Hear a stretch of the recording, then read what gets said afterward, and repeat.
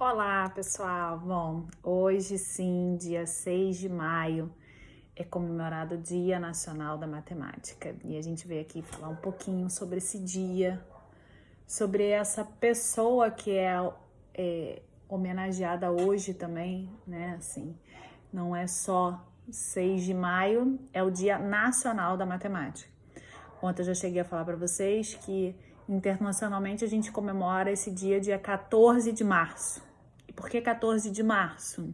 Já que a gente vai falar um pouquinho do 6 de maio, eu vou falar um pouquinho do 14 de março também. 14 de março, que escrito de forma americana é 3 primeiro, né? E o 14 depois.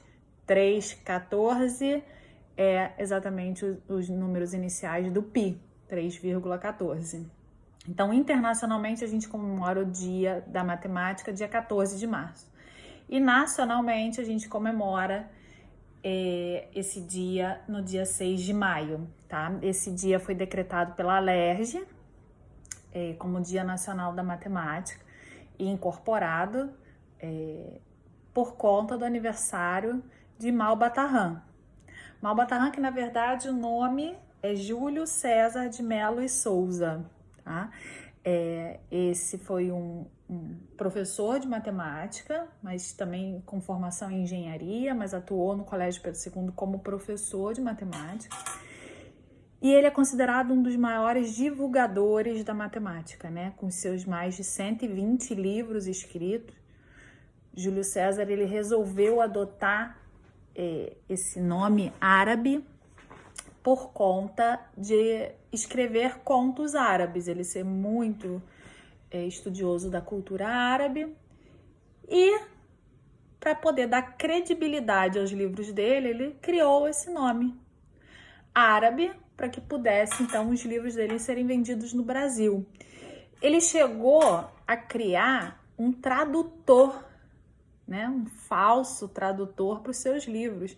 Então, os seus livros vinham como se tivessem sido traduzidos do árabe, porque assim ele acreditava que dava maior credibilidade para os livros dele, né? E esse nome, Malba-Tahan, Tahan parece, seu sobrenome, né, Malba-Tahan, Tahan parece que veio de uma aluna, inspirado no sobrenome de uma aluna, e Malba quer dizer oásis. Então, ele tinha essa preocupação. O nome dele ficou tão conhecido, Malba-Tahan foi tão bem divulgado, ficou tão disseminado, né? Ele é considerado um dos maiores divulgadores da matemática no Brasil, que Getúlio Vargas até autorizou que ele utilizasse esse nome na identidade, né?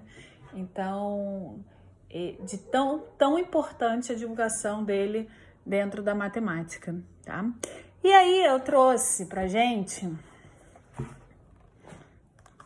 o livro dele, O Homem que Calculava, pra gente poder ler um dos contos aqui, um dos capítulos mais divulgados e que a gente já trabalha várias vezes.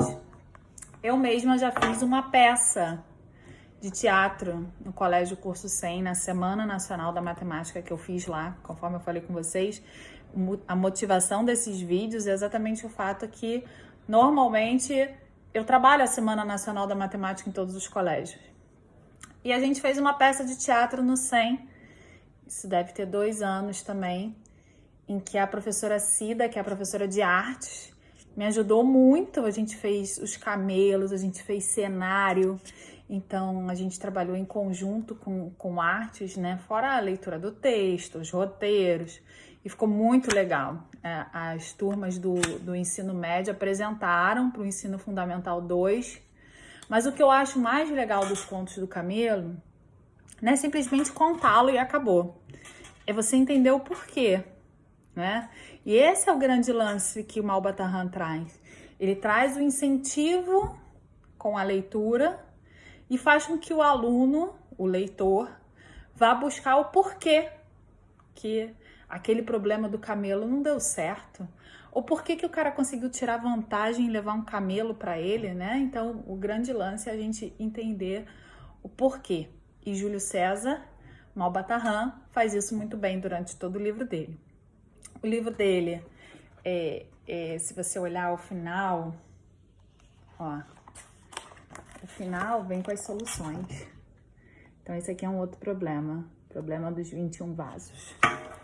Então, é sempre bom a gente poder ler, se não conseguir entender o porquê, e dar uma olhadinha lá atrás e a gente folhear essa obra que é maravilhosa. A minha chega a estar amarelada, porque eu não me lembro nem quando que eu adquiri ela. Mas é excelente. Eu sempre levo para os meus alunos e faço eles folhearem, verem. E o problema do camelo, conforme eu já falei, já virou peça de teatro. Vou botar as fotos para vocês, mas antes de colocar as fotos lá do nosso Colégio Curso 100, com os nossos alunos de lá, eu vou ler o problema dos camelos para vocês e vamos poder entender um pouquinho. Vamos ver como é que vai ser esse final do problema dos camelos, que já teve até professor que conversou comigo. Ai, Gisele, eu nunca entendi o final do problema dos camelos. Agora sim eu pude saber o porquê que essa divisão não dá certo. Então vamos lá. Eu vou virar a câmera, então vou pausar aqui. Bom, gente, então, esse é o capítulo 3 do livro do Malbataan, o famoso problema dos 35 camelos, tá? Vamos ler juntos, então. Poucas horas havia que viajar. Bom, gente, esse é o capítulo 3 do livro do Homem que Calculava, em que ele fala das aventuras dos 35 camelos, né? Vamos ler um pouquinho, ele é rápido, não é longo não, tá? É uma folha só, já na próxima já é o capítulo 4. Então ele é rapidinho. Poucas horas havia que viajávamos sem interrupção, quando nos ocorreu uma aventura digna de registro, na qual meu companheiro Beremis, com grande talento, pôs em prática suas habilidades de exímio algebrista. Encontramos, perto de um antigo caravançará, meio abandonado. Ele explica aqui o que é caravançará. Um refúgio construído por governo ou por pessoas piedosas à beira do caminho. 3 homens que discutiam acaloradamente ao pé de um lote de camelos. Por entre pragas e impropérios gritavam possessos e furiosos. Não pode ser, isso é um roubo, não aceito. O inteligente Beremis procurou se informar do que se trata. Somos irmãos, esclareceu o mais velho, e recebemos como herança esses 35 camelos. Segundo a vontade expressa de meu pai, devo receber a metade. O meu irmão Hamed Namir, 1/3 parte. E ao Harim, o mais moço, deve tocar apenas a 9ª parte. Não sabemos, porém, como dividir dessa forma 35 camelos, e a cada partilha proposta segue-se a recusa dos outros 2, pois a metade de 35 é 17,5. Como fazer a partilha se a 1/3 parte e a 9ª parte de 35 também não são exatas? É muito simples, atalhou o homem que calculava. Encarrego-me de fazer com justiça sua divisão, se permitirem que eu junte aos 35 camelos da herança esse belo animal que em boa hora aqui nos trouxe. Nesse ponto, procurei intervir na questão. Não posso consentir em semelhante loucura. Como poderíamos concluir a viagem se ficássemos sem o camelo? Não te preocupes com o resultado, ó Bagdali, replicou-me em voz baixa Beremis. Sei muito bem o que estou fazendo. Cede-me o teu camelo e verás, no fim, a conclusão que quero chegar. Tal foi o tom de segurança com que ele falou, que não tive dúvida em entregar-lhe o meu belo Jamal, que imediatamente foi reunido aos 35 ali presentes para serem repartido pelos 3 herdeiros. Vou, meus amigos, disse ele, dirigindo-se aos 3 irmãos, fazer a diferença justa e exata dos camelos, que são agora, como veem, em número 36. E voltando para os mais velhos dos irmãos, assim falou. Deveria saber, meu amigo, que a metade de 35, isto é, 17,5, receberás a metade de 36. Portanto, 18. Nada tens a reclamar, pois é claro que saíste lucrando com esta divisão. E dirigindo-se ao segundo herdeiro, continuou: e tu, Hamed Namir, deverias receber 1/3 de 35, isto é, 11 e pouco.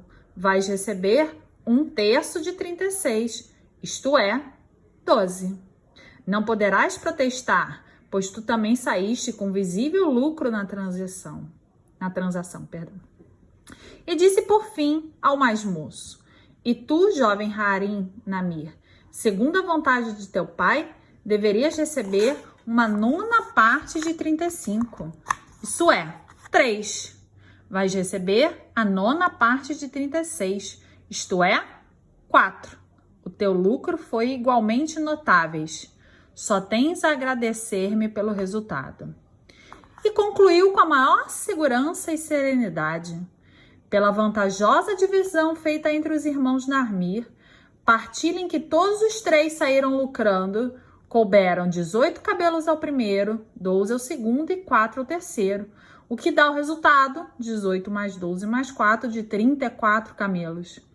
Dos 36 camelos, sobraram, portanto, 2. Um pertence, como sabem, ao Bagdali, meu amigo e companheiro. Outro toca por direito a mim, por ter resolvido a contento de todos o complicado problema da herança. Sois inteligente, ó estrangeiro, exclamou o mais velho dos 3 irmãos. Aceitamos vossa partilha na certeza de que foi feita com justiça e equidade. E o astucioso Beremis, o homem que calculava, tomou logo posse de um dos mais belos ramales do grupo e disse-me, entregando-me pela rédea o animal que me pertencia: poderás agora, meu amigo, continuar a viagem no teu camelo manso e seguro. Tenho outro especialmente para mim. E continuamos a nossa jornada para Bagdá. Então, gente, essa é a história do capítulo mais famoso desse livro, mais divulgado, que é a história dos 35 camelos. Então, são 3 irmãos tentando partilhar 35 camelos, segundo uma ordem que o pai tinha deixado, né? Essa ordem em fração. Então, esse é um problema de fração. E aí eu quero falar um pouquinho agora dele, né? Desse problema. O porquê que o cara tem 35 camelos, ele junta mais um, divide, todo mundo sai ganhando, porque anteriormente a conta era sempre para menos. Todos os 3 irmãos saem ganhando e mesmo assim ainda sobra um camelo, sobram 2 camelos, né? E ele devolve um camelo que era do amigo e ele pega um como se tivesse resolvido o problema, tá? Então eu vou de novo virar a câmera pra gente poder escrever um pouquinho, que eu sem escrever não sou ninguém, né? Preciso de um quadro, então eu vou fazer isso na folha pra gente poder entender um pouco esse problema dos camelos. Bom, então eu escrevi aqui o problema para vocês, olha. 35 camelos, o primeiro irmão, segundo o pai, tinha que receber metade dos camelos, o segundo irmão, 1/3, e o terceiro irmão, 1/9. Só que partilhando isso, a gente caía num problema. O primeiro irmão tinha que receber 17,5. Ah, qual é o problema? Como é que eu vou partir meio camelo? Ou se mesmo que você quisesse partir, né, o meio camelo, o segundo irmão teria que receber 11,66 camelos. E o terceiro irmão, uma dízima periódica, né? 35, metade, 35, terça parte, 35, 1/9. Bom, aí agora eu já botei aqui os outros resultados. Veio o Beremis e dos 35 camelos ele juntou mais um. Ele pegou 36 camelos. E aí o problema que era dos irmãos, a partilha continua a mesma. Dos 36 camelos, para o primeiro irmão, ele deu 36 dividido para 2, 18 camelos. Então, notem que o irmão saiu no lucro. O segundo irmão, 36 dividido por 3, 12 camelos. Notem que o segundo irmão também saiu no lucro. E o terceiro irmão, 36 dividido para 9, 4 camelos. Também saiu no lucro. Só que quando a gente soma os camelos que cada irmão recebeu, deu 34. eram 36, um era dele, porque ele acrescentou o problema, e outro ele pegou como recompensa. E aí é que vem a grande questão. Por quê? Mas por que sobrou um camelo se cada um está recebendo a mais? Então, vou pausar de novo aqui, para a gente dar continuidade na próxima folha. O porquê está exatamente nessas 3 frações. 1/2, 1/3 e 1/9. Quando o pai dos irmãos resolveu partilhar os camelos, ele estava partilhando uma quantidade de 35 camelos. Então, isso aqui, que está aqui, teria que ter como resultado, para ser uma partilha correta, um inteiro. Né? Se você está partilhando 35 camelos, você tem que ter isso daqui, essa partilha, dando um inteiro, que seria os 35 camelos. Se a gente soma essas frações, ele não dá um inteiro. Esse é o grande lance desse problema, tá? Como é que a gente soma frações, então? Lembrando que a gente não pode somar essas frações direto, né? Por elas representarem pedaços diferentes. Então, como é que a gente somaria essa fração? A gente teria que tirar o MMC, o mínimo múltiplo comum, ou alguns utilizam hoje em dia outros métodos, como o método da borboleta, mas basicamente o MMC aqui daria 18, né? Então, para somar aqui ficaria 9. Bom, gente, então vamos desvendar esse problema dos 35 camelos, né? Reparem que eu botei aqui as frações, e é na questão das frações que tá aí o problema. As frações que o pai resolveu dividir para os filhos, os camelos. Então, o primeiro filho receberia metade, o segundo 1/3 e o terceiro 1/9. Repara que se eu quero dividir os 35 camelos, e eu tô separando nessas porções, isso daqui teria que me ter como resultado um inteiro, né? E não é o que acontece, a gente vai ver que não é o que acontece. Quando eu somo essas 3 frações, o meu resultado não é um inteiro. E aí a gente volta naquele lá, porque aí serve para aula de matemática, como é que a gente soma frações, né? Então a gente tem que somar, e aí eu vou precisar tirar o MMC. E aí muito dos alunos vêm perguntar, professora, mas para quê? Porque não soma direto 1 mais 1, 2, 2 mais 3, 7. Na verdade, aí já tem um erro conceitual muito grande, tá? Por não entender que aqui, ó, a fração, ela corresponde ao pedaço de um inteiro. Eu não vou fazer com o 9, porque o 9 teria que dividir em 9 pedaços, mas eu acho que já é o suficiente para exemplificar. Então, você tem uma barra inteira, por isso que eu tô falando, a soma dessas 3 frações tem que dar um inteiro, tem que dar os 35 camelos inteiros, né? Você tá pegando uma porção e dividindo em 35. Notem que quando eu pego 1/2, tô pegando essa porção. Quando eu pego 1/3, tô pegando essa. Então, não tem como eu somar essas 2 porções aqui, por elas serem de tamanhos diferentes, representam quantidades diferentes.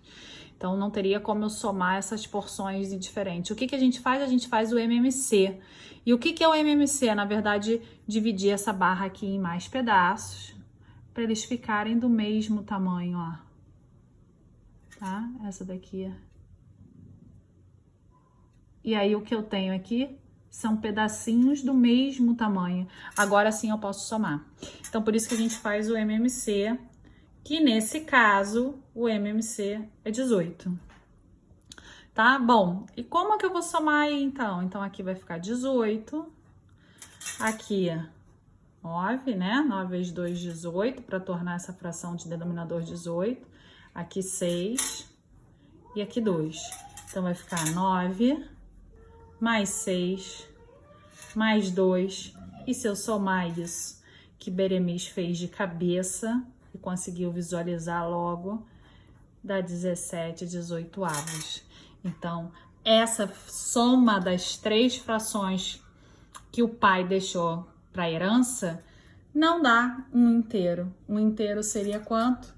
18avos. Seria você pegar a sua barra, que no caso pra gente representa 35 camelos, e dividir em 18 pedaços e pegar os 18, né? Não é o que tá acontecendo. E Beremiz viu isso bem sagaz ali na hora e acrescentou um camelo que fez toda a diferença na partilha e saiu com um camelo a mais. Bom, gente, espero que vocês tenham entendido. Esse problema é muito legal. Usa-se muito ele quando vai explicar essa parte de frações, né? Que você mostra para eles que realmente tem que dar um inteiro, que é a divisão de um todo. Não pode simplesmente sair partilhando e dividindo sem pensar no inteiro, né? Mesmo que tenha lógica, o filho tem o dobro da idade do outro, então ele merece ficar com a metade, o outro com a metade da metade, mas calma aí, a soma vai dar um inteiro? É isso que a gente tem que pensar, tá? Então, esse foi o que eu trouxe para o dia de hoje, o Dia Nacional da Matemática, em homenagem a esse grande divulgador e matemático, ok? Um beijo, eu vou botar as fotos do SEM, da nossa peça de teatro, feita em conjunto com a professora Cida. Beijos!